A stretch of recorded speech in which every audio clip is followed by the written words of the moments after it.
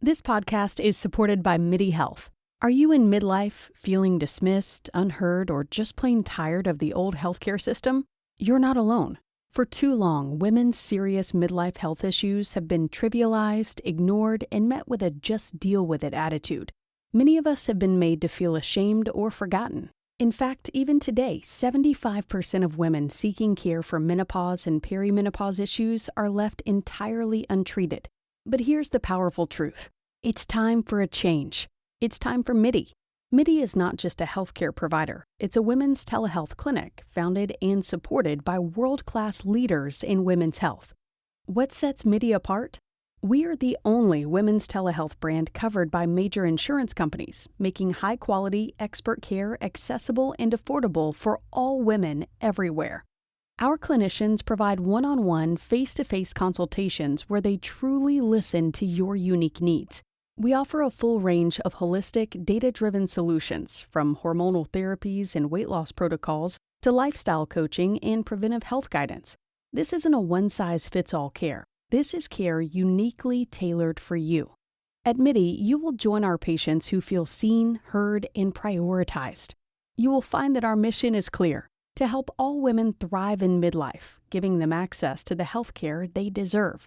Because we believe midlife isn't the middle at all. It's just the beginning of your second act. Ready to feel your best and write your second act script? Visit joinmidi.com today to book your personalized, insurance-covered virtual visit. That's joinmidi.com.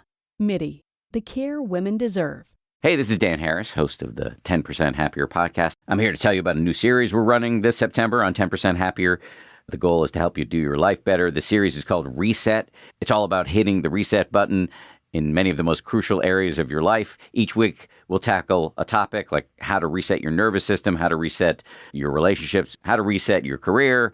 We're going to bring on top-notch scientists and world-class meditation teachers to give you deep insights and actionable advice. It's all delivered with our trademark blend of skepticism, humor, credibility, and practicality. 10% Happier is self-help for smart people. Come join the party.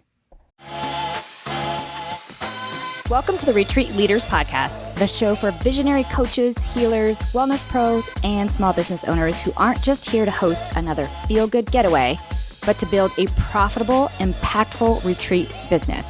I'm your host, Shannon Jamal, retreat strategist, business mentor, and owner of a 46-acre retreat center. I've hosted over 100 retreats around the world, and I've made every mistake so you don't have to. Each week, we'll dive into the mindset, marketing, money, business, and mechanics behind sold-out, profitable retreats. Plus, hear from expert guests who are walking the talk. Whether you're planning your first retreat or scaling your 100th, you're in the right place. Welcome to the show. Hey guys, welcome back to the Retreat Leaders Podcast. It's Shannon, and today I have a fellow venue owner on the podcast as a guest. I'm so excited to talk to her because we have so many similarities in so many ways. Amity, I don't even know if you realize some of the ways that we are aligned, but welcome Amity Cooper to the show. Hey, thank you so much for having me, Shannon. I'm really excited to dive into this conversation. We do have so much in common. I feel like we're soul sisters here. I know. So Amity, I'm going to say a little thing, but then I want you to really dive into who you are and what you do. But Amity is also a mental health practitioner. She has a ranch, but also partners with another ranch that offers horses as part of their programs. And I was just looking at your stuff like, oh my gosh, we're so aligned. But why don't you just take a moment to tell the audience who you are and what you do and what brought you to where you are now? Oh, thank you so much. Yes. Gosh, I've been a mental health professional for the last 10 years at this point.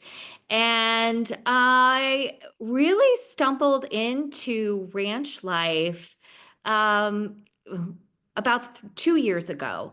And I have come to this point after spending 20 years in the business world, and I realized I had a moment of crisis and wanted to do something more internally, purposefully driven. And hence, that meant for me getting my hands dirty and buying a property here in Colorado. And then I doubled my problems by purchasing my neighbor's property just in the beginning of this year. And so I went from 40 acres to 80 acres, and I'm trying to do all things all at once while providing and creating an environment so that other practitioners and individuals can come out and experience the beauty and the power of nature, especially next to 1,000-pound animals such as a horse. And so that's what's led me to this point at this time. Oh my And goodness. I love it. And I'm very impressed that you bought the neighbor's property to continue it and to grow it, because once we started working on our ranch and we opened, the thought of doubling down right now like makes my head spin. So kudos to you for doing that. And both of your ranches look amazing. Obviously, they will be linked in the show notes, and I can't wait to share your ranches, because you know that I believe in the power of horses and the power of retreat and the power of using nature as well. And so that's all just so beautiful. One of the things that Amity and I were chatting about briefly before we hit record was, since we're coming from the perspective of both venue owners as well as hosts ourselves, is really just asking yourself the question, is hosting retreats right for you? Because obviously, if you're listening to this podcast, you're either considering it, or you're knee deep in it, or you're trying to figure this shit out. Like, how can I make this work as a business as well as a tool for doing good works in the world? And so, Amity, give me some of your thoughts, your perspective as far as what people should start thinking about, or questions they should ask themselves, or what does it even look like when they start thinking about should they do retreats? yeah, and I think I'd like to just preface this, because in my clinical work, so much of what I talk about with my clients is like figuring out where they're starting from, identifying that North Star that's going to direct them forward and into the future, and keeping an eye on the prize here. And a lot of times people just, like, they're trading time for dollars, or they're trying to figure out ways in which they can expand their reach and have greater impact in the world. But it kind of starts a little bit before that, like you don't want to put the cart before the horse here. So a lot of the questions that you might be rumbling with are just like, what kind of lifestyle do I want to lead? I mean, for many of us, it's like we want to move beyond that 40-hour, 50-hour work week. We want to travel the world. We want to have and live experiences, be in the present moment, live joyfully with wealth, whatever abundance that looks like. And so when you start to sort of tease apart what those end goals are, then you can start to label and identify the means of which you're going to accomplish them.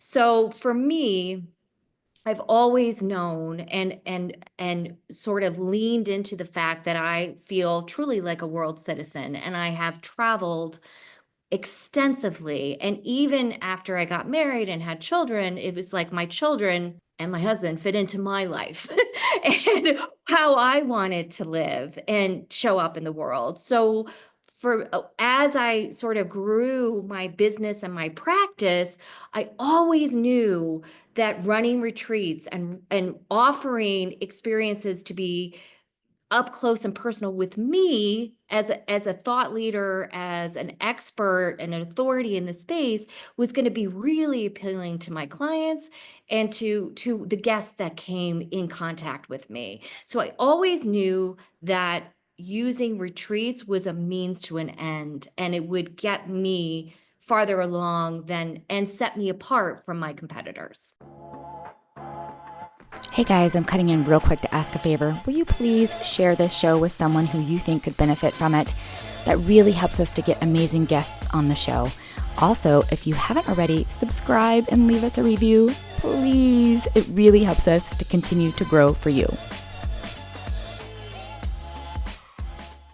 I love all of this. I think you've said some key things in here, and it's one, knowing your North Star, I've always said it's like knowing your why. What is the real reason why you want to host retreats? What's the underlying motivation? Like, what is that? And you'll need to know that. You'll need to know that not just because it's part of running a business, but also you're going to run into obstacles.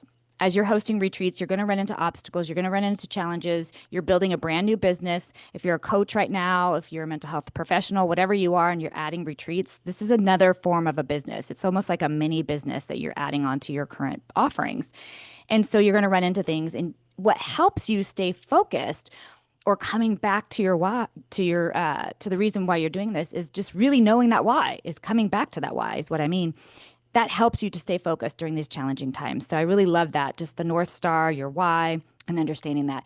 And then realizing what is it really that you're accomplishing in the retreats? Because here's what I see, Amity, and I don't know if you see this a lot too, but I'm seeing people just throw shit together lately. They're just kind of throwing stuff together and they're like, let's just see if this works. To me, it doesn't look like a clear promise, a clear purpose. It just looks like they're kind of just throwing things out there. And I question that way of starting your retreat business. And they definitely are, a lot of them are new hosts. Some of them have maybe tried it a few times. And it doesn't feel like that there's a why there. Have you seen anything like that, either as a venue? Very common. I think it's the hustle culture, like you just throw it up and see what shit sticks. And hopefully you don't, muddy it all up.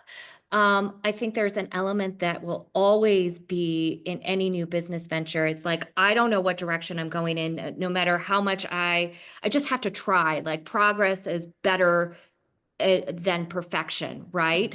So there's an element that you have to give yourself grace on that. But I think it does. I fully agree with you, Shannon. Like you need to go back and constantly recenter yourself and look at that plan that you're putting in place and have clear metrics and clear guidelines for yourself, non-negotiables, in fact, that really align and say, hey, like I know that I maybe thrive over here, but I'm not necessarily great on the logistics or whatever. Like I have the vision, I know what type of person I want to attract, but like the day-to-day operations, like are you just going to be the face of the property and the business, or are you actually doing the legwork? Are you the technician? Are you the retreat leader, or are you going to hire out for people? Like I can go on and on and on, but I think it comes back to you have a dance here, a two-step between implementation and vision, and you're always shuffling between the two, but you have to have systems in place that you can always have guardrails up and to move forward, right? To have those next steps, those next goals in place. Yes, what I heard especially is have a plan.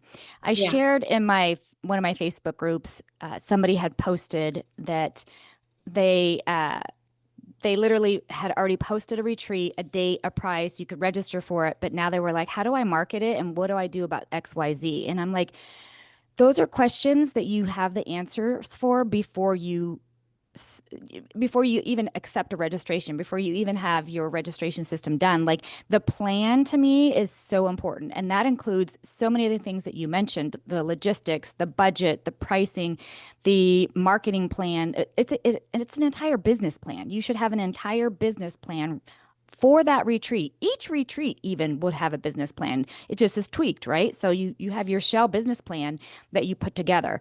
And here's why I say it this way, because Amity, I don't know if you see it with your venue, but when people contact me to rent out Retreat Ranch, I can tell almost immediately that they have no plan.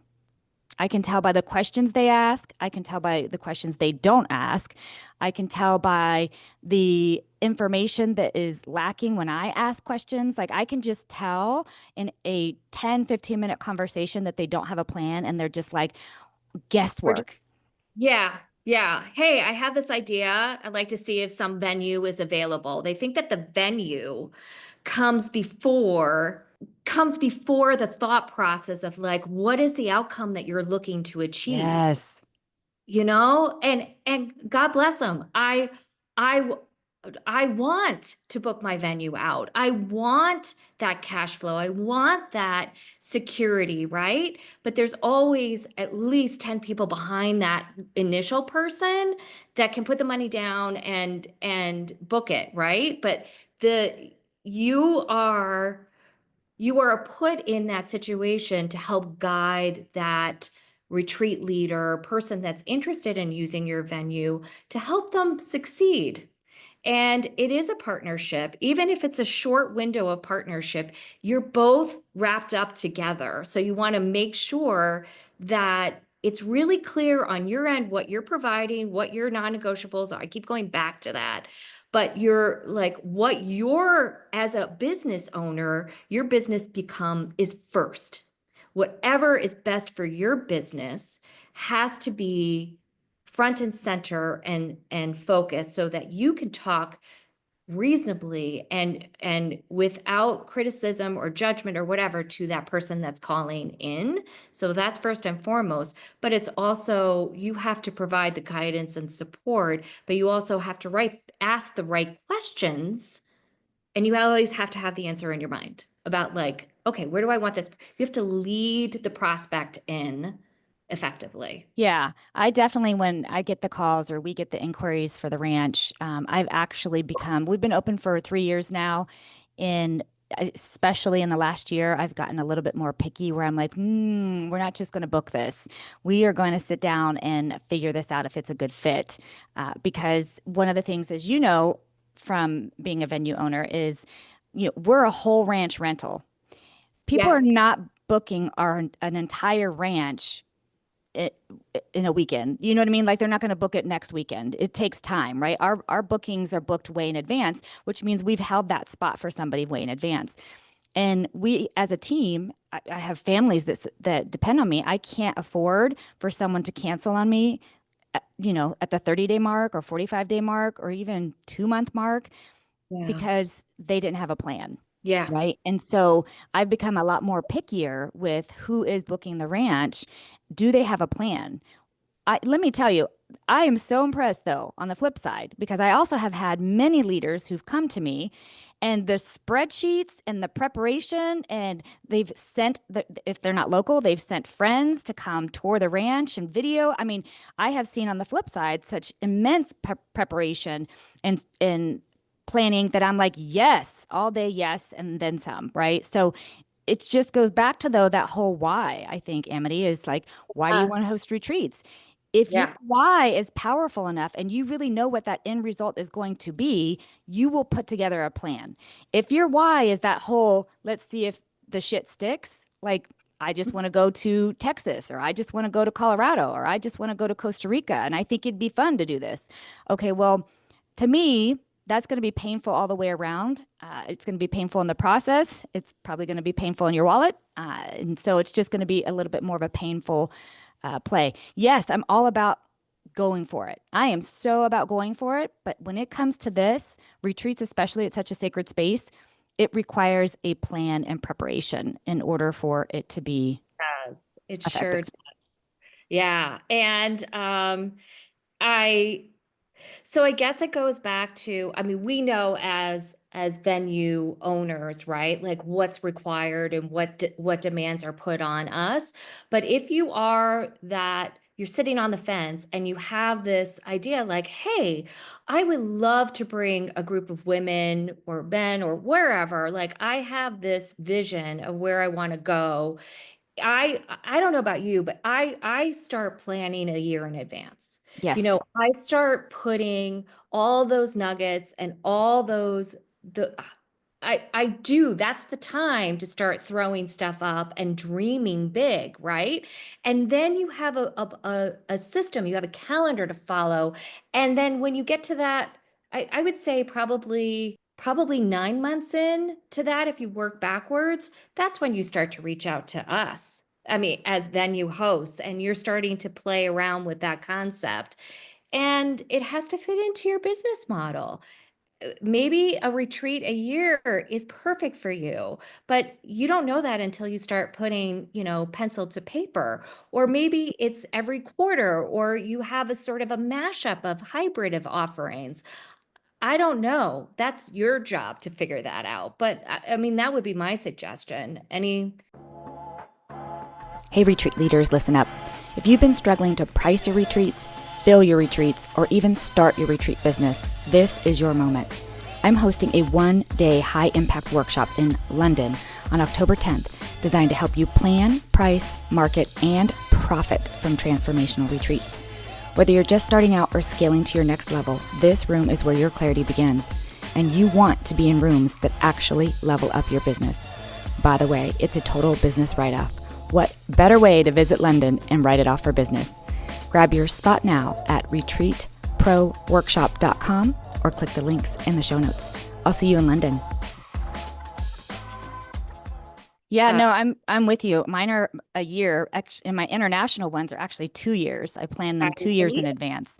And so absolutely. And yeah, and you've got to have that plan. You've got to have that whole thing ready, and then you contact the venues. You might have an idea, right? You might have an idea. I want to do it in Texas. I want to do it in Colorado. I want to do it in Mexico, whatever. You might have an idea. And that's part of that beginning 1 year window, right? Where you're like, here's the idea of where I think this would be a great space to be. Right. As you're building up your plan, you're building up your budget, right? You're finding things out like that. And then you get to that part, which would be between 9 to 12 months. It depends on the venue. So my key dates are booked a year in advance. Some of them are booked a year and a half in advance here. And so it depends on the venue. That's where you start making calls and figuring out like what windows are we looking at? What's your general pricing? Because that goes into your budgeting, right? And so, yeah, I'm totally on board with that, where it's at least a year that you start the planning process. And then the marketing, to me, has to start by the 6-month mark at the latest. That's just me for fill the retreat, right? But right.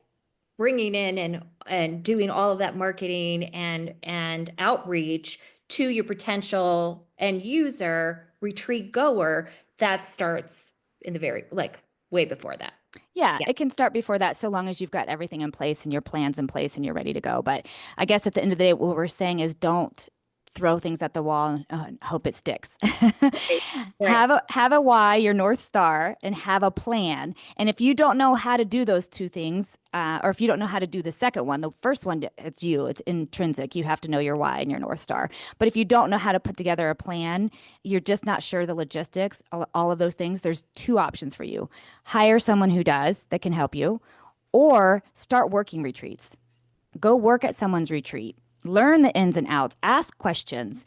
I have a work exchange program. I have had many people come through my work exchange program who then have led retreats in the future, because that's also a really good time for you to say, this isn't for me. I saw all the shit that Shannon and her team had to do on the retreat, and I don't think I want to work that hard, or that's heavier space than I want to hold. Whatever may be the case, I highly recommend that period. You should work a retreat before you start hosting retreats. And I love that. Yeah, that is fantastic advice. I love it. I really do, and I love it when they come through.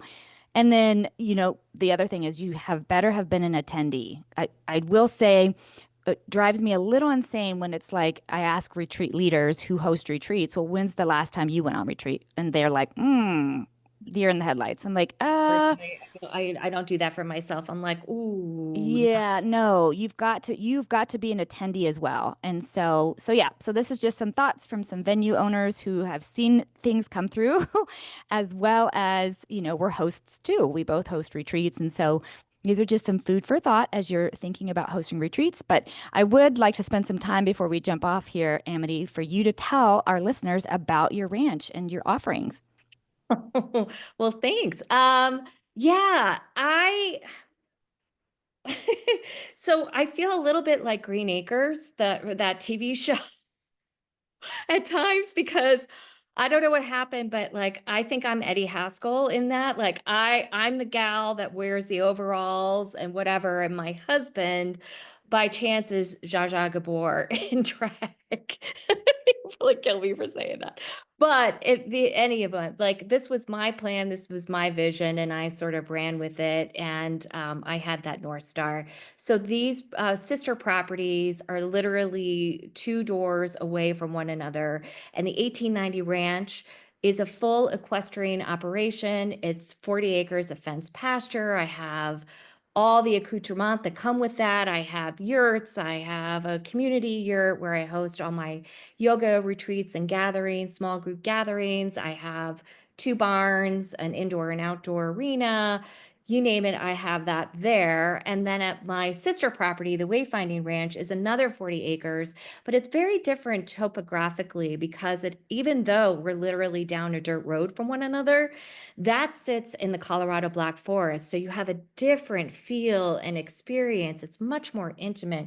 You often see the wildlife come out from the trees, and I have a beautiful home that I rent out and make that available for private exclusive events and parties and weddings.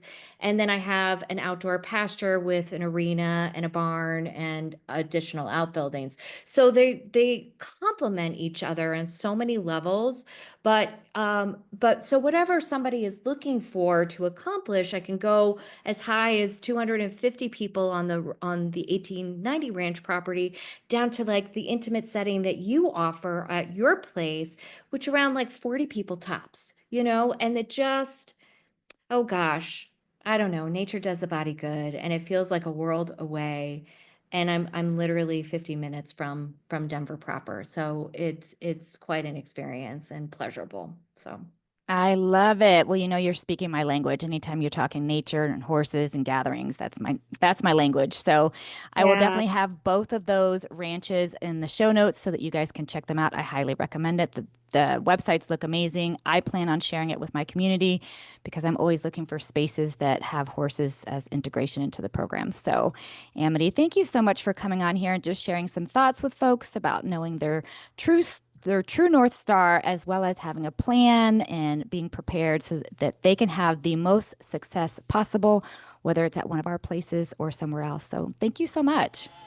Thanks for having me. Thanks for tuning in to the Retreat Leaders Podcast. If you love this episode, please make sure to subscribe, leave a review, and share it with your retreat besties. Want more support? Grab free resources at theretreatleadersplaybook.com. Until next time, lead boldly, serve deeply, and retreat profitably.